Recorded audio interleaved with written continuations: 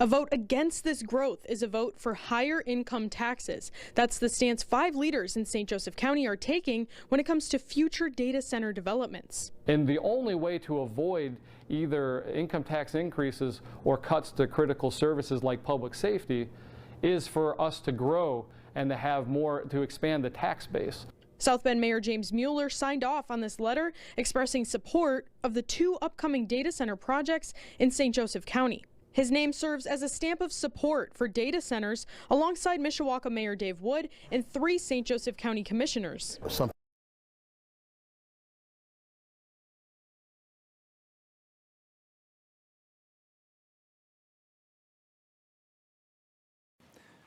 Mr. Rutten. Mr. President, I would like to call a point of order. I've just found out that our Zoom capacity has been reached and that people who wish to join this meeting on Zoom are being rejected. I've had a couple preliminary conversations on this and it appears to be verified. So I would just ask the question of what should we consider on this? Additionally, the representative for the petitioner provided this binder this evening, which appears to contain signatures from over 1,050 residents of the county who are in favor of the data center project. Why can't you name the developer? We are the developer, WHP. Excuse me, not the developer. Who's the business that's going to go in there? Why can't you do that? It just seems like you're hiding something. That's how it seems. I'm sorry. I'm not trying to. Yeah. I mean, I've had that question. Why can't you name the developer?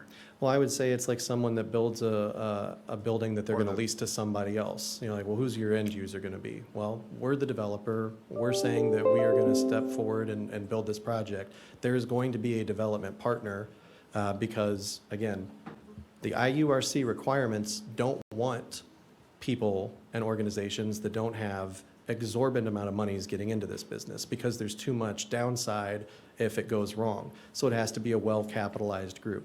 I will say that. But you have to tell. Eventually, and the we will. Electricity folks their name, right, or no? I don't have to tell them. The electrical company has those conversations directly with the developer and any other partners that the developer would have. So that is a utility conversation that I'm not privy to and not involved in.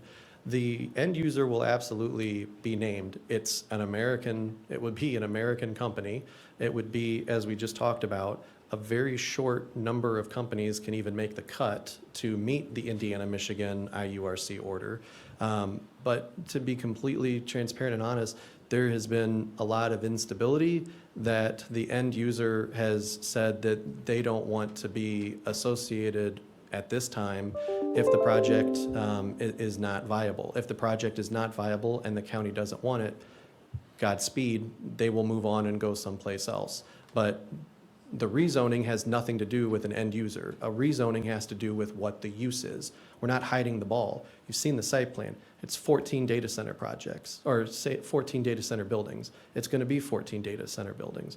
Whether it's Meta or Google or Amazon or whatever, I don't see how that changes the dynamics that, oh, we feel more comfortable because it's Google instead of Meta, or Meta instead of, whatever. The use is the use, and that's what we're here to ask for today. Now, if we get to an economic development agreement and the council doesn't like that company, the council doesn't have to sign a development agreement. And I would be even willing to propose some sort of connection to the rezoning and the economic development agreement being executed within a period of time if anyone on the council was willing to entertain that idea. So again, we're here about the use. We're not here about the end user. Mr. Dickinson, I think, though, you can understand why people want to know who their $13 billion neighbor is going to be. Right, and it's going to be one of about 8 people, I guess. Can you give me those 8? It's the Fortune 10. Can you tell me the 8? You said 8. Tell me the 8. Can I pull up the Fortune 8 list on my phone? Yeah, sure, go ahead. Yeah. I mean, all right. As you do that, Mr. Dickinson, would it be fair to say that this is a publicly traded company that could have shares and share prices impacted by a rezoning denial for a project that they're involved with? Absolutely. Look at Indianapolis, Microsoft, Franklin Township. That's the concern. Google came out after people said, we want to know who it is. And Google said, fine, we're Google. And everyone said, great, thanks for letting us know. We don't want the data center. And then Google incurred losses based on that. And, okay, again, it's all public information. It's out there. You can believe me or you can use AI to go look it up yourselves. But that's the truth. Mr. Tanner, I'd like to finish my question, please. Can I have those 8, please? Yeah.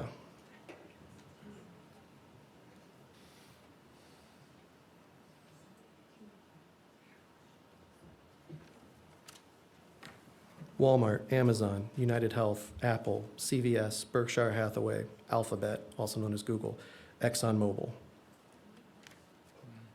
Those are the 8. Very good.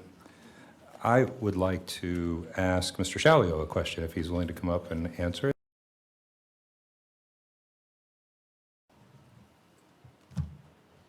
Bam.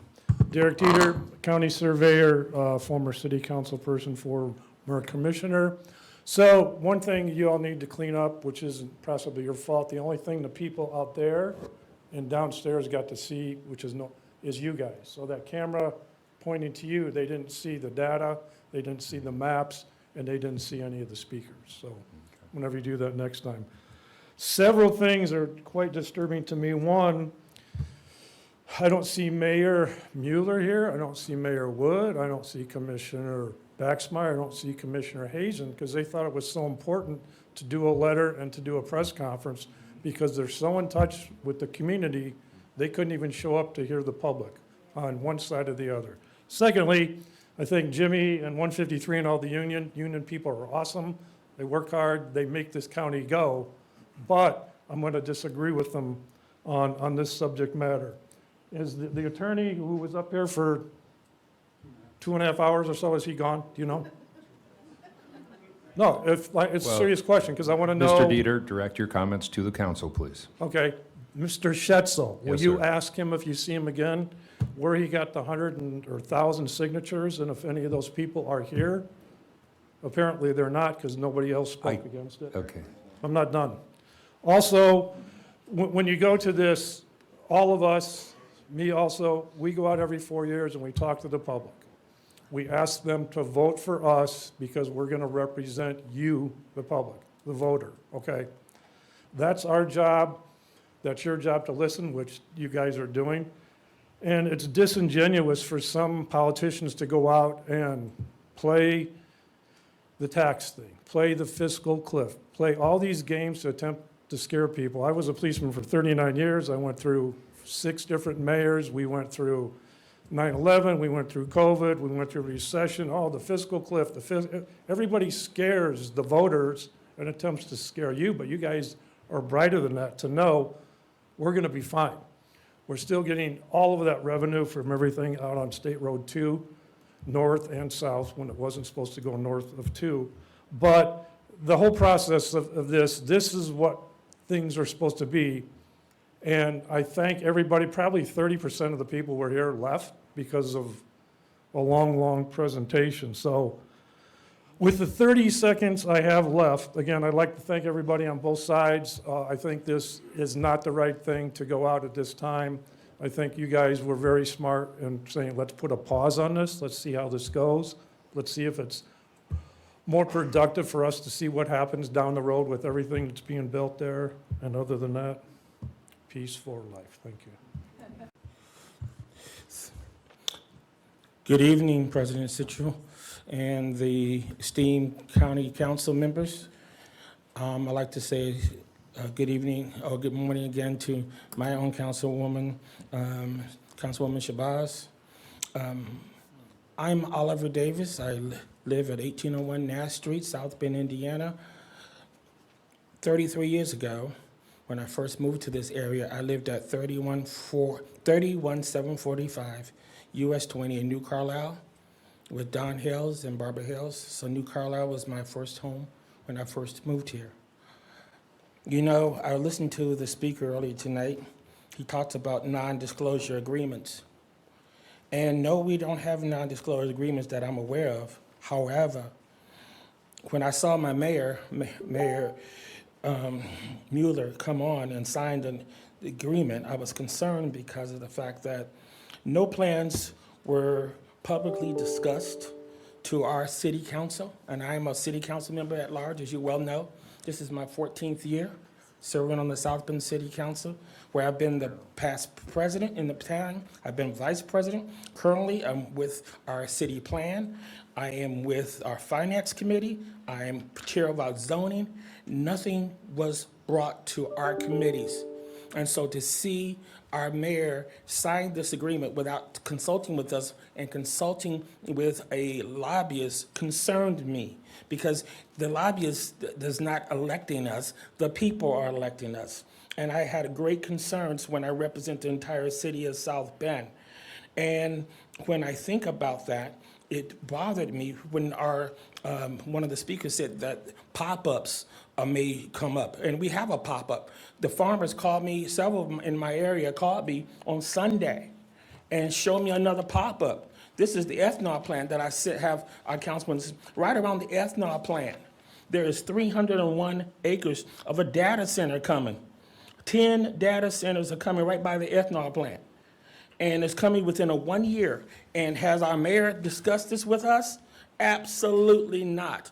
I am tired of these kind of things being hidden and people calling me and saying people are not sharing this information. I, as a zoning person, should know. I mean, look at this. It's all around where I live. It's all around. The ethanol plant is zoned. And so here we are, we having all of these data centers come on the west side of South Bend, and I'm concerned. You know, back in 2008 when we were talking about things, hotel and motel tax and others, when we had the circuit breaker, we came together as a South Bend Common Council, we came together to do things. And for us not to come together now is really concerning. That's why we need to work together. Thank you, and good night, and good morning. Again, a couple of things. One, to my fellow, hopefully bar-admitted associate that went through my personal belongings to get that list of people that have signed up, I wanted to clarify that the count that was given, which I think was 1,093, those numbers were hand counted. There were some people that signed. And I've given the originals to the county. There's about four names and blanks for each sheet. There was a couple of sheets where people signed that shouldn't have. We didn't throw all 4 signatures out, but we disregarded that one. So the number of signatures that was given to the county exceeds the number that I mentioned earlier, 1,093, because we did not count those in our count to everyone. So those, again, were hand counted, and I would say the margin of error is very small. I mean, at the end of the day, it's 1,000 signatures. And to say that people